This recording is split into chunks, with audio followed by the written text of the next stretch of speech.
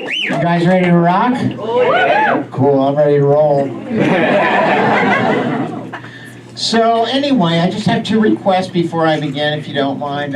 One is to laugh at all my jokes. And, two is to buy me drinks all night. Yeah. I'm kidding. You don't have to laugh at my jokes.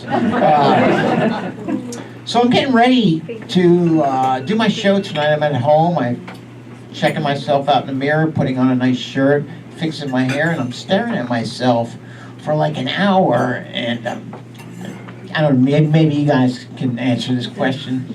Does this wheelchair make my butt look big? Did a show last week, and I'm about to get on stage, and this guy leans over to me. He says, "Hey, break a leg." So I took my wheelchair and banged into his shin. I didn't say whose leg to break, right? I've actually been in a wheelchair so long that I'm so used to it that I don't even think about it, you know? It doesn't even cross my mind.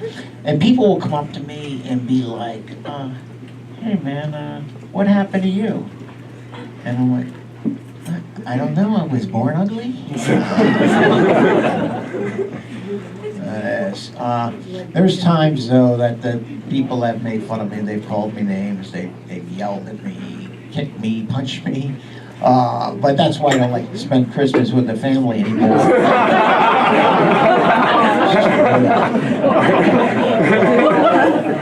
There's a few perks though about being paralyzed.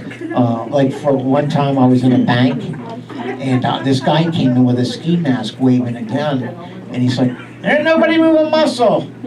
I'm like, "Cool, I'm good to go here, man." Yeah. Oh, I'm sick. I am sick. Yeah. But at least I'm healthy. That's what I care about, you know. Last month I was actually in the hospital. And I hate when you're in the hospital because they poke and probe every orifice in your body, you know.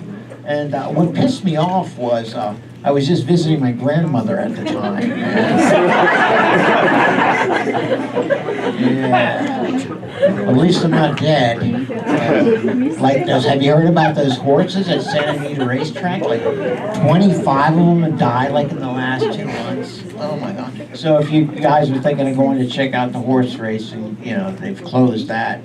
But you can go down there and get some Philly cheesesteak subs.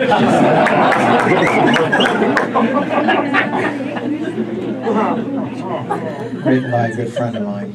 Don Sweeney's here tonight. Oh, what else? Oh man, there's some, this dude came up to me yesterday, this stinky, smelly homeless guy, you know, and he's like, "Hey, you got a quarter?" And I'm like, "Yeah, I do. I do have a quarter." I said, "That's very nice of you. Why don't you go see if anybody else needs one?" You know?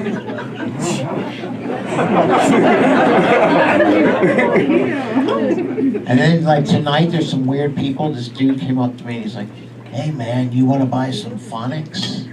And I'm like, "No way, I hear you can get hooked." Next thing you know is you're jonesing for a vow, you're strung out on sentences. I've seen it, it's not pretty, you know? Kids these days are like doing drugs, selling drugs. They're like 9 or 10 years old. Oh my God, I can't believe that.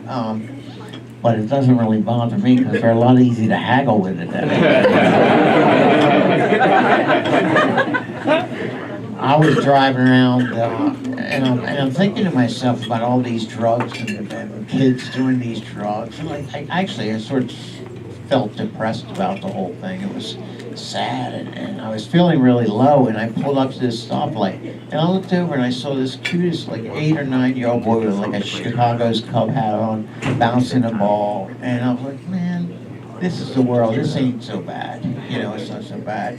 And the dude smiled at me and then I rolled down my window. I'm like, "Hey champ, how you doing?" And he's like, "Yo bitch, you want to buy some crack?"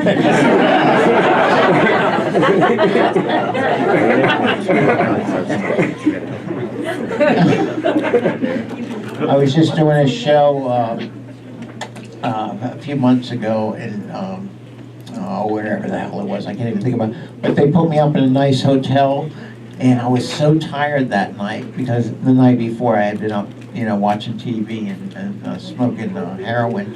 And I'm kidding, I didn't watch any TV. But I was in the bed and I'm tossing and turning, and it's like, next thing you know is I fell out of bed. It's like 3 in the morning.